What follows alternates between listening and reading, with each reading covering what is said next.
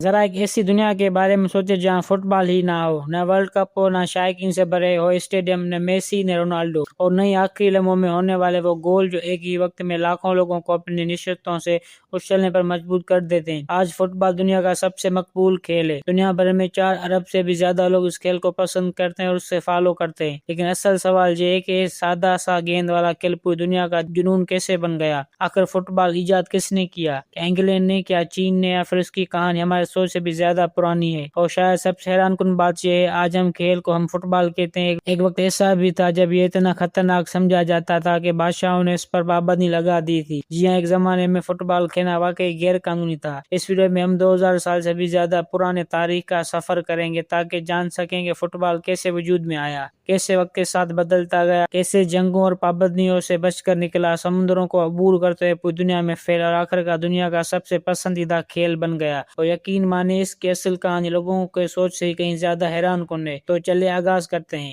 بہت پہلے، جب نہ بڑے بڑے اسٹیڈیم تھے اور نہ ہی ٹیلی ویژن پر میچ نشر ہوتے تھے، انسان پہلے ہی گیند کو لات مارنے والے کھیلوں کے شوقین تھے۔ ہزاروں سال پہلے دنیا کے مختلف تہذیبوں میں گیند کے ساتھ مختلف کھیل کھیلے جاتے تھے، لیکن ان سب میں سے ایک کھیل خاص طور پر نمایاں تھا۔ تقریباً 2200 سال پہلے قدیم چین میں فوجی ایک کھیل کھیلتے تھے جس کو کوجو کہا جاتا تھا۔ اس کھیل کا مقصد بہت سادہ تھا، بغیر ہاتھ استعمال کیے چمڑے کی گیند کو ایک چھوٹے سے سوراخ یا جال میں پہنچانا۔ کچھ جانا پہچانا لگ رہا ہے نا، اس لیے بہت سے ہسٹورین کو کوجو کو جدید فٹ بال کی ابتدائی شکلوں میں سے ایک قرار دیتے ہیں۔ ذرا سوچیں کہ آپ قدیم چین کے ایک سپاہی ہیں، نہ جدید فٹ بال بوٹس، نہ گھاس کا خوبصورت میدان، نہ کوئی ریفری، صرف چمڑے کے ایک گیند اور ایک چیلنج۔ لیکن چین اکیلا نہیں تھا، قدیم یونان میں بھی گیند والے کھیل کھیلے جاتے تھے۔ رومی ایک سخت کھیل کھیلتے تھے جسے ہارپاسٹن کہا جاتا تھا۔ اس میں کھلاڑی گیند پر قبضہ حاصل کرنے کے لیے پوری طاقت سے مقابلہ کرتے تھے۔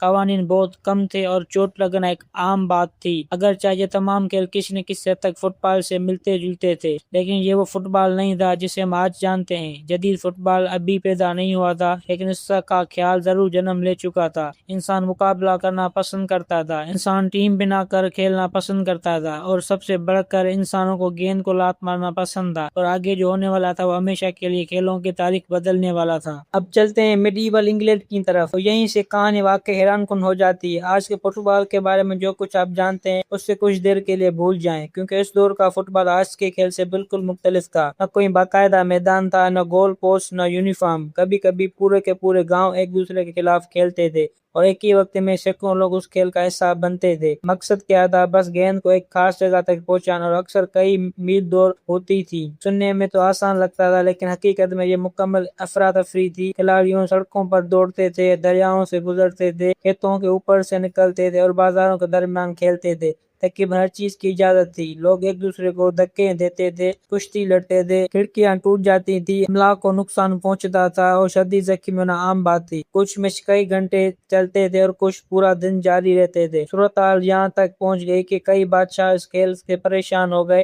انہوں نے فٹ بال پر مکمل پابندی لگانے کی کوشش کی۔ ان کا مقصد تھا کہ لوگ فوجی تربیت کے بجائے اپنا وقت فٹ بال کھیلنے میں ضائع کر رہے ہیں۔ ذرا سوچیں، لوگ کھیل سے اتنی محبت کرتے تھے کہ بادشاہوں کی پابندی کے باوجود بھی اسے کھیلنا نہیں چھوڑتے تھے، اور حقیقت بھی یہی تھی۔ فٹ بال ختم نہیں ہوا، بلکہ لوگوں کا یہی جذبہ آگے چل کر تاریخ بدلنے والا تھا۔ لیکن صدیوں تک پابندی کا سامنا کرنے کے باوجود فٹ بال کا ایک بہت بڑا مسئلہ اب بھی باقی تھا۔ کسی کے پاس ایک جیسے قوانین نہیں تھے، ہر جگہ کھیلنے کا انداز الگ تھا، اور اگر یہ مسئلہ حل نہ ہوتا تو شاید فٹ بال کبھی بھی دنیا کا سب سے بڑا کھیل نہ بن پاتا۔ پھر آیا سال 1863، اور اسی ایک سال نے فٹ بال کی تاریخ ہمیشہ کے لیے بدل دی۔ سال 1863 تھا، انگلینڈ تیزی سے بدل رہا تھا، کارخانے بڑھ رہے تھے، شہر پھیل رہے تھے، اور فٹ بال بہت مقبول ہو چکا تھا۔ لیکن ایک بہت بڑا مسئلہ موجود تھا، ہر اسکول اور ہر شہر اپنے الگ قوانین کے مطابق فٹ بال کھیلتا تھا۔ کچھ جگہوں پر کھلاڑی گیند کو ہاتھ میں اٹھا سکتے تھے، جب دوسرے جگہوں پر ایسا کرنا منع تھا۔ کچھ قوانین میں مخالف کھلاڑی کو لات مارنے کی بھی اجازت تھی، اور کچھ میں نہیں۔ ذرا تصور کریں کہ آپ ایسا میچ کھیل رہے ہیں جہاں کسی کو بھی قوانین پر اتفاق ہی نہ ہو۔ یہ مکمل افراتفری تھی، کچھ نہ کچھ بدلنا ضرور تھا۔ 26 اکتوبر 1863 کو مختلف فٹ بال کلبوں کے نمائندے لندن میں جمع ہوئے۔ ان کا مقصد بہت سادہ تھا، پوری دنیا کے لیے ایک جیسے قوانین بنانا۔ طویل بحث کے بعد ایک تاریخی فیصلہ کیا گیا۔ اب کوئی بھی کھلاڑی گیند کو ہاتھ میں اٹھا کر نہیں دوڑے گا، کسی میسی فیصل نے اس کھیل کو دو الگ راستوں پر تقسیم کر دیا، ایک کھیل رگبی بن گیا اور دوسرا جدید فٹ بال۔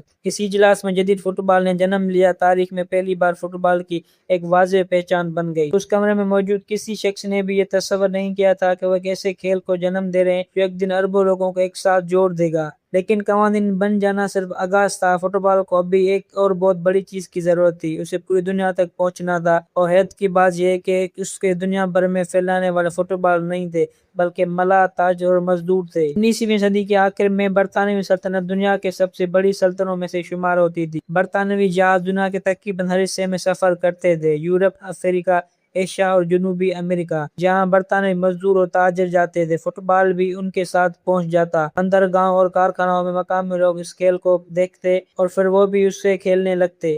ارجنٹینا میں فٹ بال بہت تیزی سے مقبول ہو گیا۔